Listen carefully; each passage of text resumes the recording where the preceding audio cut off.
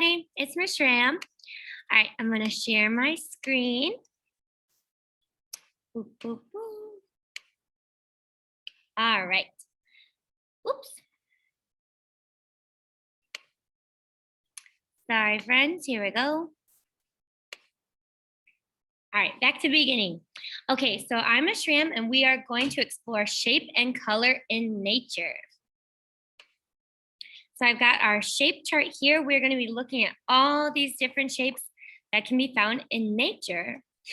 So we have squares, rectangles, hearts, circles, hexagons, ovals, stars, triangles, pentagons, and trapezoids. And we have our color chart too. So when you go outside, you might see red in nature. You might see ladybugs or even fish like this betta fish.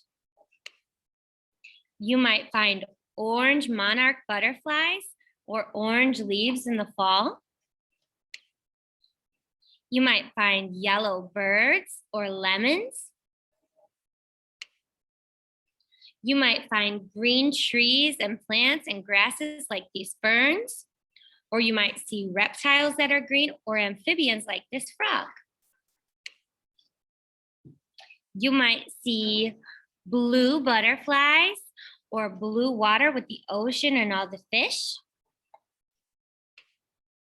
You might see purple sunsets or purple flowers.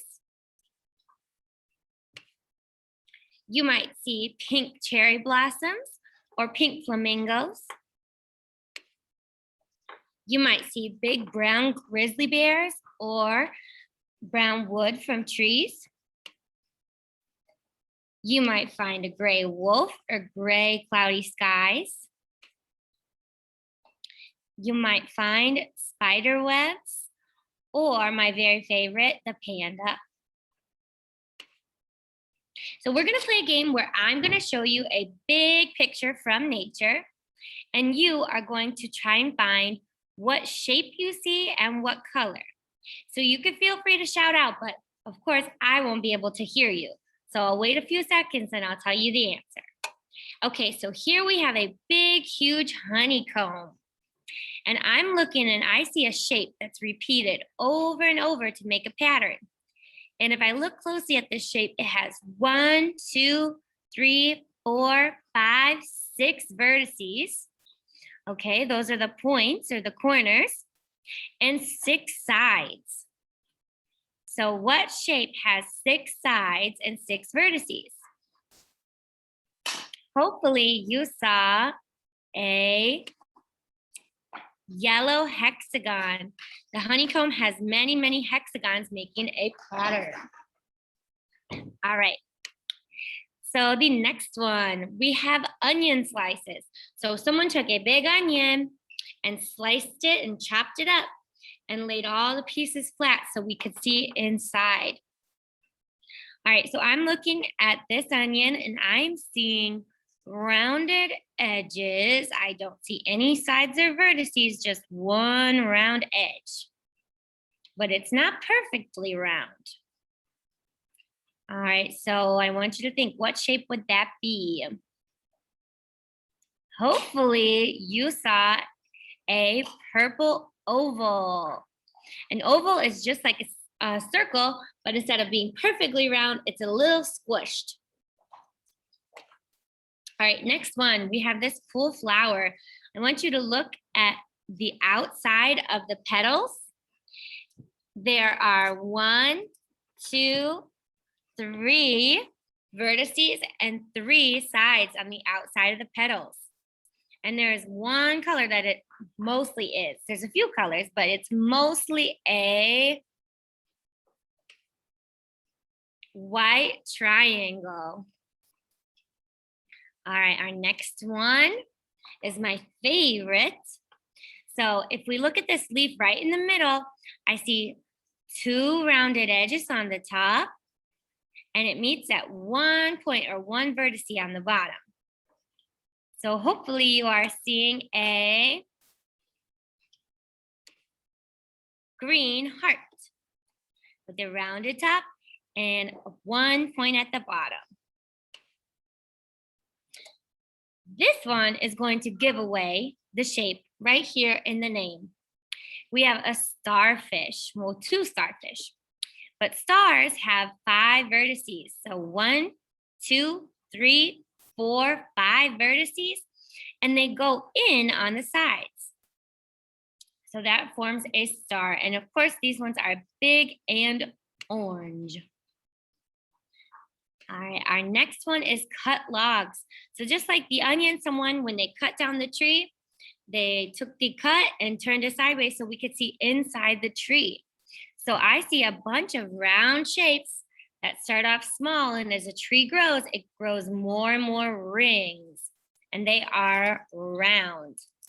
So you are probably seeing brown circles. Okay, our last one. This one is a cardinal climber vine flower. And if I look at it, it reminds me of the star, but not quite. The sides are a little different. So if I look, I see 1, 2, 3, 4, 5 vertices. And I have 1, 2, 3, 4, 5 straight sides. So those sides do not go in like the star. They go straight from vertex to vertex. So you are looking at a red pentagon. Penta means 5, so there are 5 sides and 5 vertices. So you might be wondering, Ms. Ram, why are there so many shapes and colors in nature? Well, there are 3 main reasons that a plant or animal will have developed shapes and colors that are so different. So the main reason is camouflage. If we look at our first example, the leaf insect or the leaf bug, he blends in completely. That's what camouflage means, to blend in with your environment. So he blends in with all the leaves that he eats because of his shape and his color. The chameleon also blends in using its color of green and yellow and blue, so it blends in with the trees where he lives.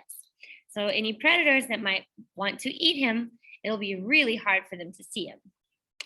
And for me, the most interesting one is the Leafy Sea Dragon.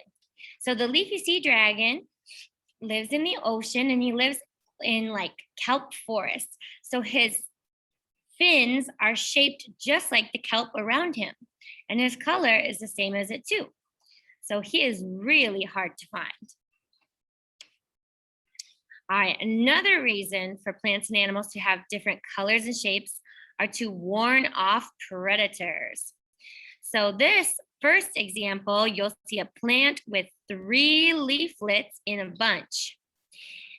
Those leaflets are in groups of 3, and you may have heard the phrase, leaves of 3, let it be. This is poison ivy. So those leaves being in shape of 1, 2, 3 tell us to stay away. You can also recognize poison ivy by looking at the red stem. So that red and those 3 leaflets tell you not to touch it because they'll make you really, really itchy. So those are some that you want to avoid. All right, another animal, well, an animal that uses its shape to warn predators is the pufferfish. It starts off very small, and when it feels threatened, it puffs up and uses its spiky, the spiky exterior. It gets really big and scary to tell predators, hey, don't bite me or you're gonna get poked. All right, our last example is the poison dart frog. The poison dart frog has bright, beautiful colors and patterns, and those patterns and colors are like a big red stop sign telling bigger animals not to eat them because they are toxic. All right, our last reason is to attract pollinators and mates. Probably one of the most famous examples of an animal using their color and shape to attract others is the peacock. So the male peacocks have beautiful feathers with bright colors and shapes, and they open up their feathers and shake them around so they can try to get a girlfriend. Now the flowers do the same thing. They're bright and all different colors all summer long. You'll see different color blooms. Well, the brighter the flower, the more bees and butterflies and birds and other pollinators will come take the pollen from the flower so we could get more flowers next year. So flowers want to be nice and bright and beautiful to attract more visitors. All right. So my challenge to you is next time you go outside, can you find even more shapes and colors? All right. Thank you. Have a good day.